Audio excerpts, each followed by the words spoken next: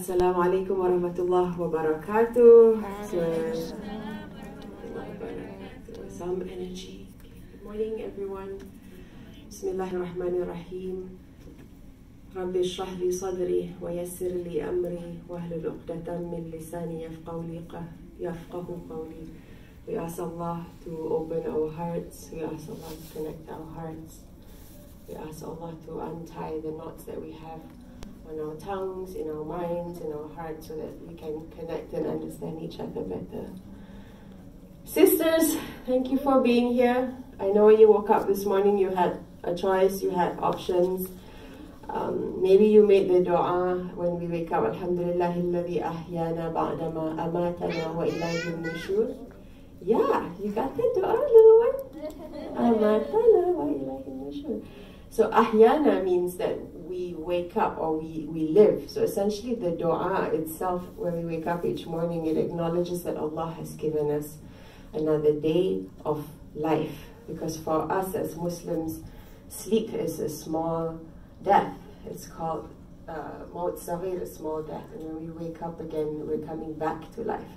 And so what do we do with the life that we have for today in this moment? And I appreciate that you're choosing to be here together, and that you're looking to connect to Allah, and you're looking maybe to understand yourself, and you're looking maybe to connect to your sense of well-being and health in these confusing times that we've had, especially these last couple of years. So I just want to kind of ground ourselves today before we begin. There is endless amount of resources that you have online these days, kan?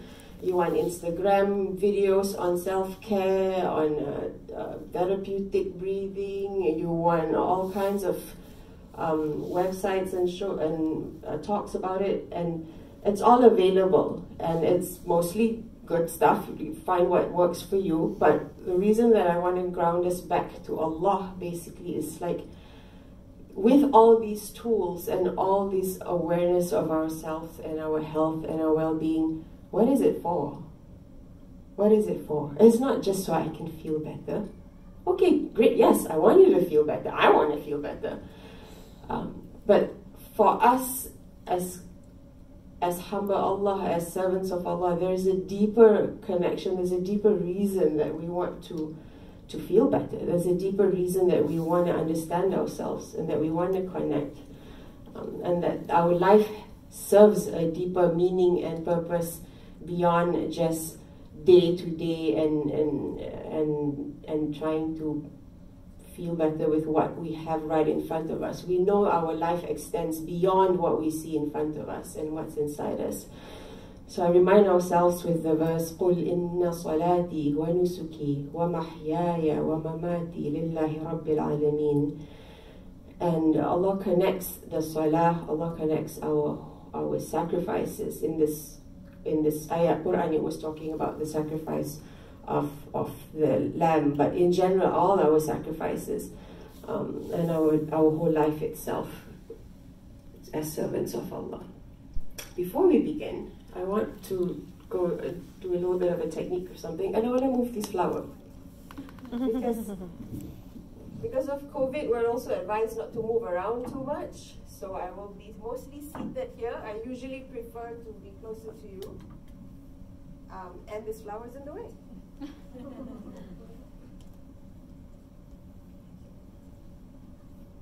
As beautiful as the kuntum bunga are, I'd much rather see me. Even though I can only see that little bit of you, but jadilah inshallah. Okay, so we're going to start with a bit of a breathing exercise. I want you to be able to leave today with a few things in hand that you can call on, that you can lean on, that you can use as you go through life. So I just want you to start noticing as you take your breath, breathing in, breathing out, and allow yourself to just breathe naturally.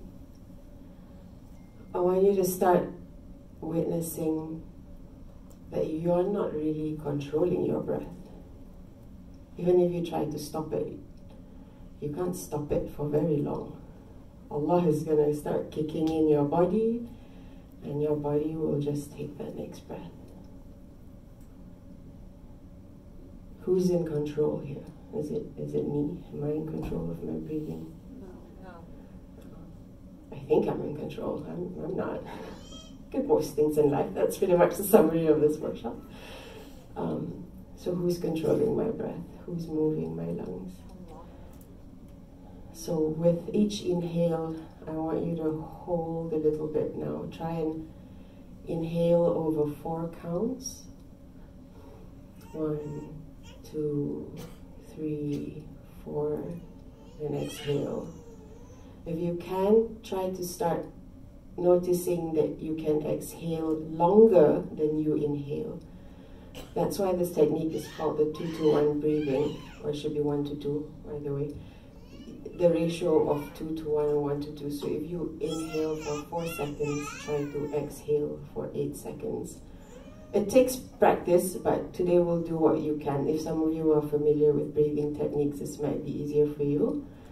And don't stress over the numbers. That's the last thing I want this. If you leave with nothing from this room today, you should leave with less stress, not more stress, okay? So don't stress over the numbers, just try to inhale to 4.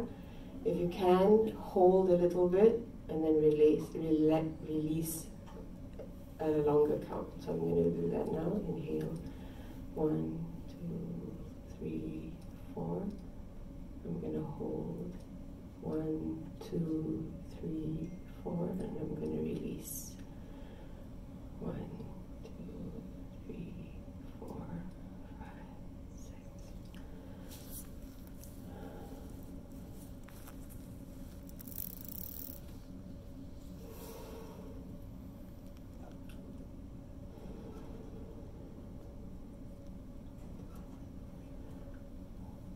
While you're doing this now, I want you to start noticing what is your intention for being here today in this workshop, coming through this whole event. If you haven't had the chance to just sort of focus, it could be multiple intentions. My intention is to learn some knowledge. It's to share some knowledge.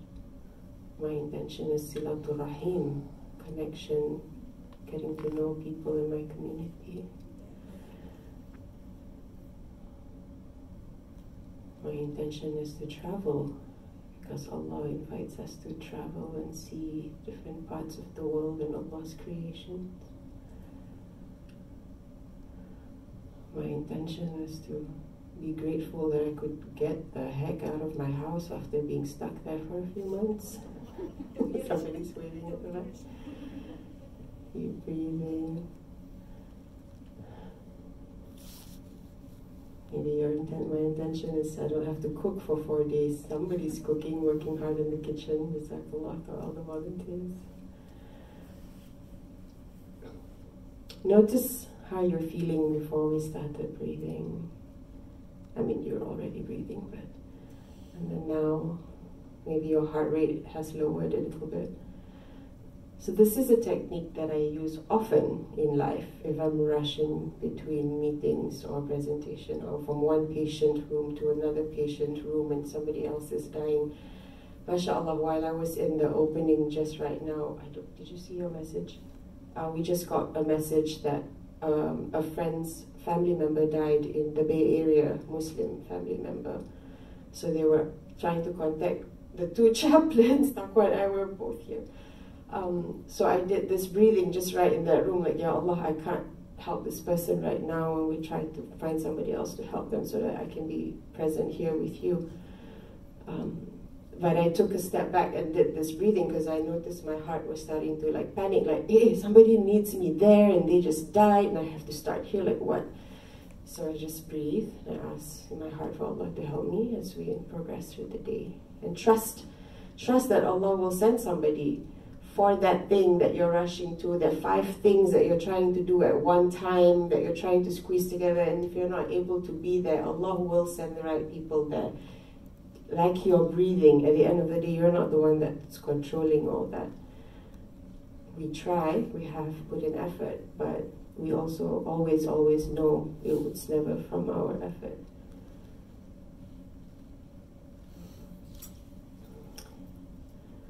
I want to share a little bit of a story of a patient of mine. He was a man in his 50s, and he was diagnosed with cancer, and he had also like a minor stroke, so he was slowly going blind. He wasn't blind all his life, but he started going blind in his 50s, losing his eyesight bit by bit after the stroke, and he had cancer. When I entered his room at the hospital, he couldn't really see me, so he didn't see that I had hijab. Anyway, I had a mask and a face shield and everything, COVID. And I sat next to his bed. I sat really close to him, but I knew he was Muslim because I visit Muslim and non-Muslim patients as a chaplain. So it's rare to get a Muslim. And I was like, oh, there's a Muslim patient in my unit today. So I went in and I gave salam. I said, Assalamu alaikum. And he almost jumped out of his bed. He was like, what? I have Muslim, doctor? Are you Muslim? And then I remembered that he couldn't really see me even if I had my hijab on. He was going blind. Okay? And he just started crying. This man just started crying. I'll give you a fake. Let's say his name was Ali. So, but Ali was just saying, I was just talking to Allah, and I was asking Allah, like, why Allah has abandoned me? Why do I feel so alone? And that was when I entered the room. Sorry? And I said salam, yeah, so he immediately recognized that, oh, there was a Muslim. We talked for a bit. So as a chaplain, our role is accompanying somebody through difficult times, or it could be that they need clarity with questions of meaning and purpose in life. It could be because of a change of something drastic that happens in their life. It could be that they just need non-judgmental support and active listening and really listening to the pain that's deep inside. It could be sometimes that they need to be challenged. Sometimes people are like stuck in a rut, and what you need is somebody to challenge you, but to challenge you with love, to challenge you with compassion, to challenge you understanding that Allah loves you and is not judging, and I'm not judging presence. So in that session with him, we talked for a while. I learned about his history. And he was trying to be cheerful. He was smiling and trying to be cheerful and making jokes. But I could sense in my role and my assessment that he had a deeper pain, and we were trying to get to that pain. And he finally said that, I miss playing with my grandkids. He said, since I had cancer and then I had my stroke, like I can't run around with my grandchildren. And he said, I feel like such a shame. I feel like a burden to my daughter. My daughter has to take care of me. Sometimes I have trouble going to the bathroom. My daughter has to carry me, lift me, help me. And he said, I can't, like, why did Allah do this to me now? I love Allah. Like, I would recite Quran. He said, one of the things I miss most, he said, is to recite Quran. I would wake up in the morning, I would recite Quran. After Asr, I would recite Quran. And why am I going blind? Why did Allah take that away from me? Is Allah abandoning me? Does Allah not love me anymore after I tried to be such a good person that I could all my life? I thought I was supposed to be able to enjoy these last, 20 years of my life or so in good health. So I listened and let him share. I didn't tell him, you have to be patient, this is Allah's test. Allah doesn't burden you with more than you can handle. I didn't tell him, don't worry, you'll get to Jannah. No, I just let him release and relieve the pain that he's going through. And then he himself started talking about Rasulullah sallallahu alaihi wasallam. And we talked about how Rasulullah sallallahu alaihi wasallam had so much pain in his life. He was kicked out by his family. He was abused. He lost all his loved ones. From even a young age, he lost his, you know all this, you know all the facts. But the pain that he went through, and yet the resilience that Rasulullah had, sallallahu alaihi wasallam, to find hope and to give hope to us, to find love and give that love to his ummah, to be that agent of rahmah, the agent of love. Where did that come from? And there was even a time I was sharing then with this uncle, this Pa Ali, I said, you know, when I'm down sometimes, I think of Surah Al-Duha. Because in Surah Al-Duha, Rasulullah ﷺ had gone through a time of what some scholars call depression for about 6 months. He was really down in the dumps, really sad. He felt abandoned by Allah, he said so. Felt abandoned by Allah, and Allah sent Surah Al-Duha. Because before that, there had been no wahyu, no revelation for almost 6 months. According to some scholars, almost 6 months. And that sense of isolation, that sense of loneliness, and especially through COVID, maybe some of us felt that isolation and loneliness and abandonment over a long period of time. And then Allah sent, Bismillahir Rahmanir Rahim, Wad-duha, wal-layli idha saja, ما ودعك ربك وما قلى ما ودعك ربك وما قلى ما ودعك ربك وما قلى. Your Lord has not forsaken you, has not abandoned you, does not hate you. وَلَلْآخِرَةُ خَيْرٌ لَكَ مِنَ الْأُولَى. And indeed, al-akhirah, the hereafter, is better than the present life. And sometimes when people are feeling sad, they think that, they feel like, this world is too hard, Ya Allah. When can I get there? When can I get to the fun stuff? You promised me Jannah. And Allah acknowledges that. Allah acknowledges that to Rasulullah SAW. Yes, the akhirah will be awesome, but you're still here. You remember the dua when we woke up, ahyana, you're still alive. You're still here for something. You're not done yet. You can't get there yet. And how do we have that feeling of bringing the Jannah here in this present? وَلَسَوْفَ يُعْطِيكَ رَبُّكَ فَتَرْضَى. And Allah will give you all the goodness until you are pleased. Usually we use this word rida, tarda, rida. We always say like we need to rida, right? Rida, when something bad happens to you, have rida. And Allah is saying that Allah will give you this rida.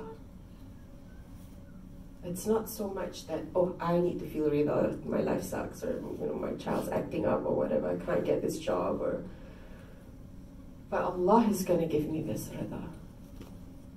And I can ask Allah for that, and I want that. I'm not going to go through the rest of the surah, but just as a reflection that the stories of grief, the stories of love, of surrender, often tie very close to the stories of faith and hope. They never run far. Wherever you find stories of beauty and faith and hope, you find the stories of grief. Ya Allah, even in our opening this morning with the two Ibu Demarni sama Ibu Rizam, right? And how they struggle with learning Quran. And yeah, I was a mess in front. I was sobbing already. The effort that they put in, and I loved how the committee featured them in the opening ceremony. Alhamdulillah, usually we have beautiful reciters, mashallah, to recite in opening ceremonies, alhamdulillah. But that recitation this morning, seeing and hearing their stories of struggle to learn the Quran and work hard for it, and then to be able to share that joy with us on stage, and have the whole room feel moved by their qira'ah, with their recitation. That was just out of this world for me this morning.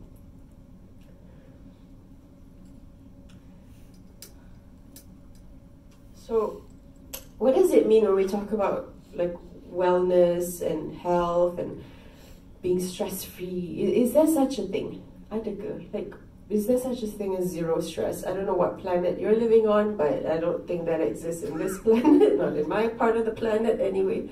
It doesn't exist actually. So scholars and researchers say, my thesis actually, I'm researching spiritual wellness and well-being in a time of crisis. That's my research for the thesis. And I was already thinking of doing that before COVID happened anyway, so perfect topic, alhamdulillah.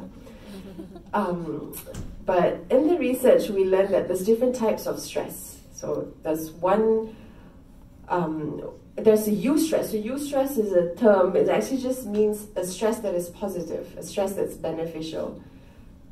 And then we also have acute stress. Acute stress is when something happens in a crisis right now, accident, you had a car accident or something happens, like in the moment it's acute and it can be resolved within a short time.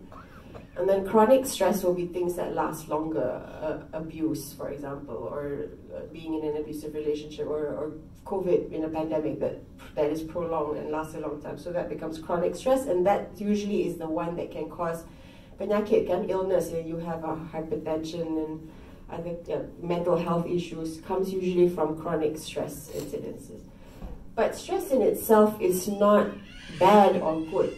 Stress is just anything that changes the way your body, your mind responds to things. So for example, coming to this conference, and stress is different for each of us, okay? If I say, let's go, we're gonna go for a road trip, Jom, let's go to Utah. For half of the room, you might feel like, yeah, road trip, let's go to Utah. And then for another half of the room, you might feel, road trip, I don't want to be stuck in the car, and then all the arrangements, blah, blah, blah, blah. So it's the same thing, the same berita, the same news, but for some people, it's a positive stress. It's like, I know it's going to be hard, but they want to do it, they enjoy it. And for others, it could be a negative stress in the sense, like it feels bad and not healthy.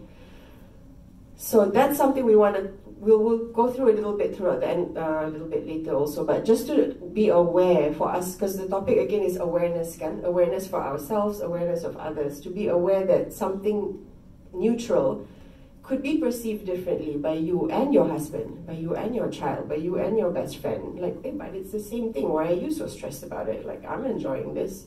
I'm not. Because that's a stress for me. It might be a you stress for you, but it's not a you stress for me. So just awareness of different kinds of stress that's going on in our lives. And just reflect. I wanted to, time, okay.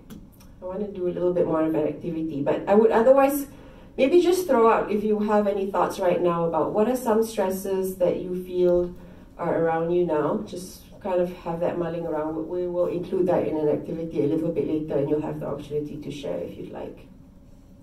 But I just like this image because when I saw it, I felt like, oh my God, that is so me now, Ya Allah, help. You know the saying when people say life gives you lemons, go make lemonade, or jeruk, just jeruk, as jeruk. Yeah, and you do, and you do. The problem is when the stress reaches a certain level and your regular coping mechanism is not enough to catch up, kan? So like, yeah, tapi I'm still waking up for Fajr, I'm still doing my tahajjud, I'm still going for my exercise and my stretching, I'm still trying to eat healthy, so I'm still trying to go out with my friends and have some healthy coping, social engagement, but it's not enough. It's getting like, you just can't catch up with the stress that's going on, and that's usually when we have a dip in our mental and emotional health and well-being. So again, just the aware, we can't solve, we have like what, 45 minutes, we're not going to solve all this today, but just want to understand like the awareness of it, and also a sense of like this is normal. It sucks, but it's normal. And again, our reliance dekat mana kan kat sini? Our reliance is on Allah, and that's not to say, okay, I know this is from Allah, everything's going to be fine, I should wake up happy tomorrow. No.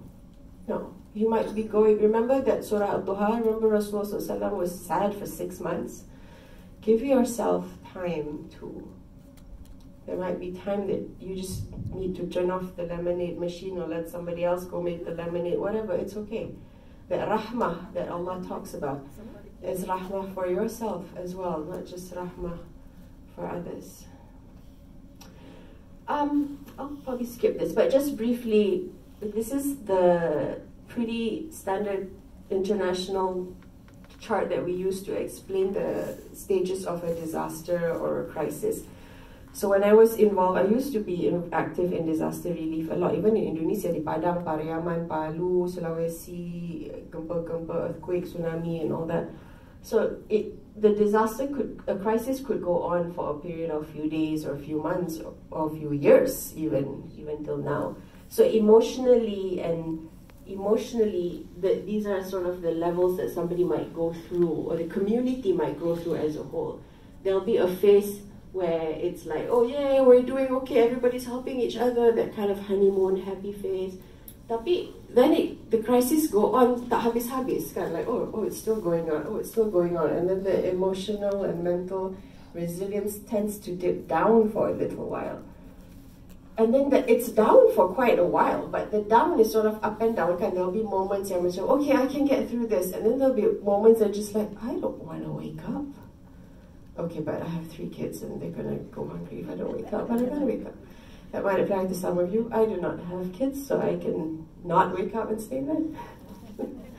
But then there's sort of that phase of hope and reconstruction and community rebuilding after some time. And interesting, when I was doing my research also, I found a lot of data showing that people who are religiously committed tend to do better in crisis, tend to be more resilient in crisis. And so that gives me that sense of, I didn't need this to validate my iman. No, my iman is I felt that already. But I'm glad also that scholars, researchers are talking about this religion and spirituality in more public ways. Like, it's not just about, okay, just meditate and you'll be fine. But what's your deeper purpose kan? Back to the purpose. What's your deeper purpose di sini? And that commitment to your religion, your practices, your rituals, your salah, your siyam, your daily adhkar, you're talking to Allah, you're relying to Allah, those all will help in our well-being in times of crisis. And then again, relating to just being realistic. Sometimes I call it, radical love. People like to talk about radical love. And I sometimes talk about radical realism, being radically realistic. Sometimes your best days look like this. And sometimes that's also when you can be very hard on yourself, because like, tapi last year I could do so much more. Why this year I feel like I can't, or it's like so much harder. But circumstances have changed, and you've changed, and you're just at a different path. And that's okay, and there's no answer really sometimes. But the awareness comes in again. What's your check engine light for your spiritual and mental, emotional well-being? In the car, kan, when the light goes on, kita tahu lah, the oil is something wrong with the oil or the battery or something. What's your own check engine light? Do you have a check engine light? Kalau macam, usually I enjoy going out with my friends, but now I don't even enjoy doing that anymore. Like, is that a warning sign? Should I check a little bit more? Or usually I enjoy watching these kind of movies, or enjoy going for my morning walk, and even those don't work anymore. Or I'm struggling waking up for Fajr, even though usually I have no problem even waking up for Tahajjud, but now I can't even wake up for Fajr. So what are your check engine lights? You need to, that's something only you can know. When you compare with yourself, what are some kind of warning little signs that you can have in mind as you progress? A lot of words, but I just wanted to share like a few excerpts from the research that I'm working on. Again, for example, like the first quote from Abu Zayd al-Balkhi. So al-Balkhi was a scholar from the year 800s, like 800 years, yeah, year 800s. And he already talked about, way back then, about having like an emergency kit for your emotional health, your mental health, not just your physical health. And these are things that come in now in contemporary psychology only in the last like 50 to 100 years. And we've talked about this from 800 years ago. Sharing also, like Imam Ghazali in Ihya Ulumuddin, he talks about habit on the right side. In brief words, I'll give you the slides later, but just to summarize, in brief words, he talked about fake it till you make it. Pernah dengar tak? Have you ever heard fake it till you make it? Right, so in this section, Imam Ghazali was talking about how the body has an effect on the heart, and the heart has an effect on the body. And sometimes when your heart doesn't feel like doing something, or doesn't want to connect, or doesn't want to get up for Fajr or whatever. But pushing your body to continue that habit, that's a good habit, in a way slowly can wake up the heart again, and vice versa. And this usually comes in more in times of crisis again. Kalau in times of crisis, sometimes the mind tends to shut down and you feel stuck. And so just keeping your physical practices engaged, even though you don't really quite feel like it. And the other way around, even you don't really feel like contemplating kappa, but just continue to do the habit, do the rituals as much as you can, and then slowly it will kind of reignite your cycle of well-being again. And we talked, I won't go into this, but yeah, let's just go to the video.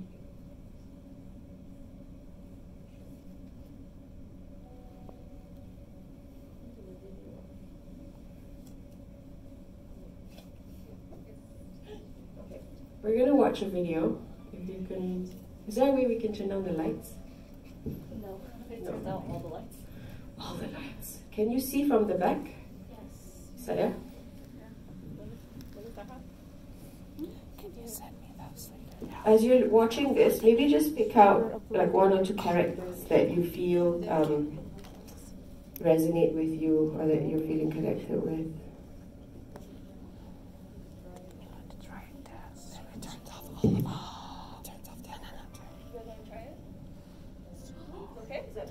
Yeah. Is that better? Okay. Tutup ya?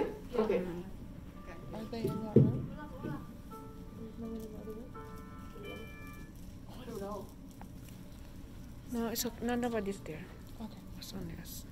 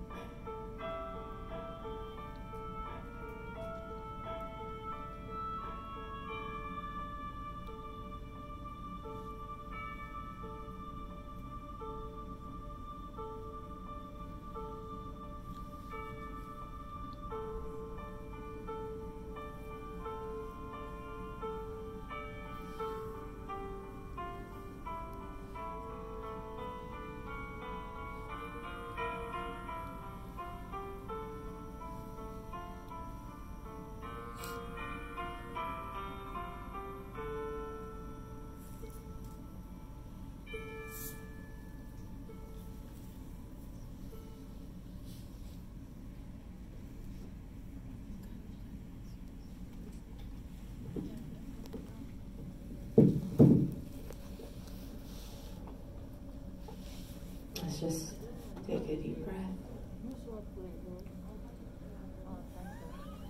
and release.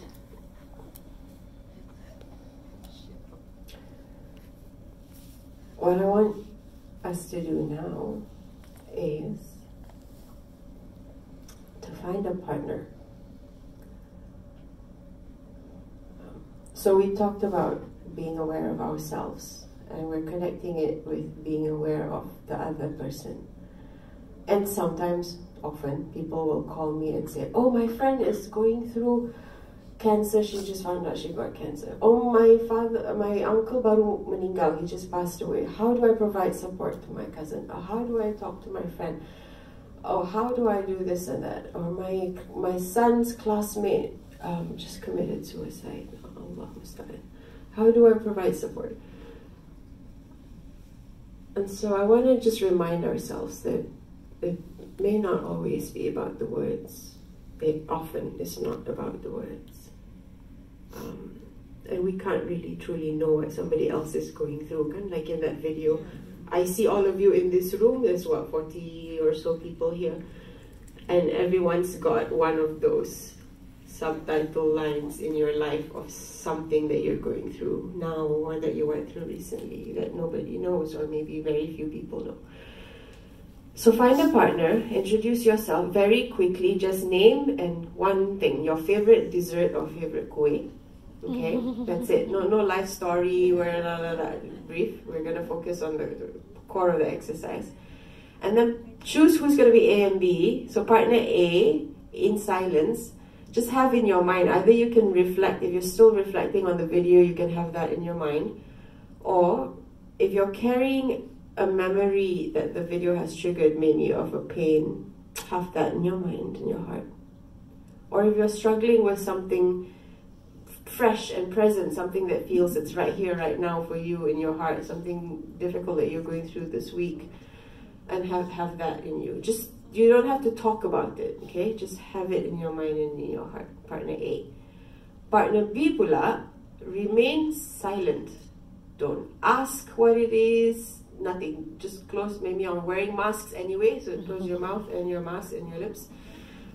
Be silent, just face partner A and listen with your mind, listen with your heart, listen with your body. You know, Rasulullah SAW was said to always pay full attention to the person who's in front of him. Kan kalau sahabat datang to talk to him, companion comes to talk to him, he will face the person with his full self, he will listen, he will be with them. So I want you to try and embody that full presence and attention to your partner. And in your heart, no sound, in your heart, in your mind, make full like doa, good wishes, itu hashtag good thoughts, good wish, good prayers, all that in your mind, in your heart, in your soul for this person in front of you, because you know they're now reflecting on a pain, kan? Something difficult that they're struggling through.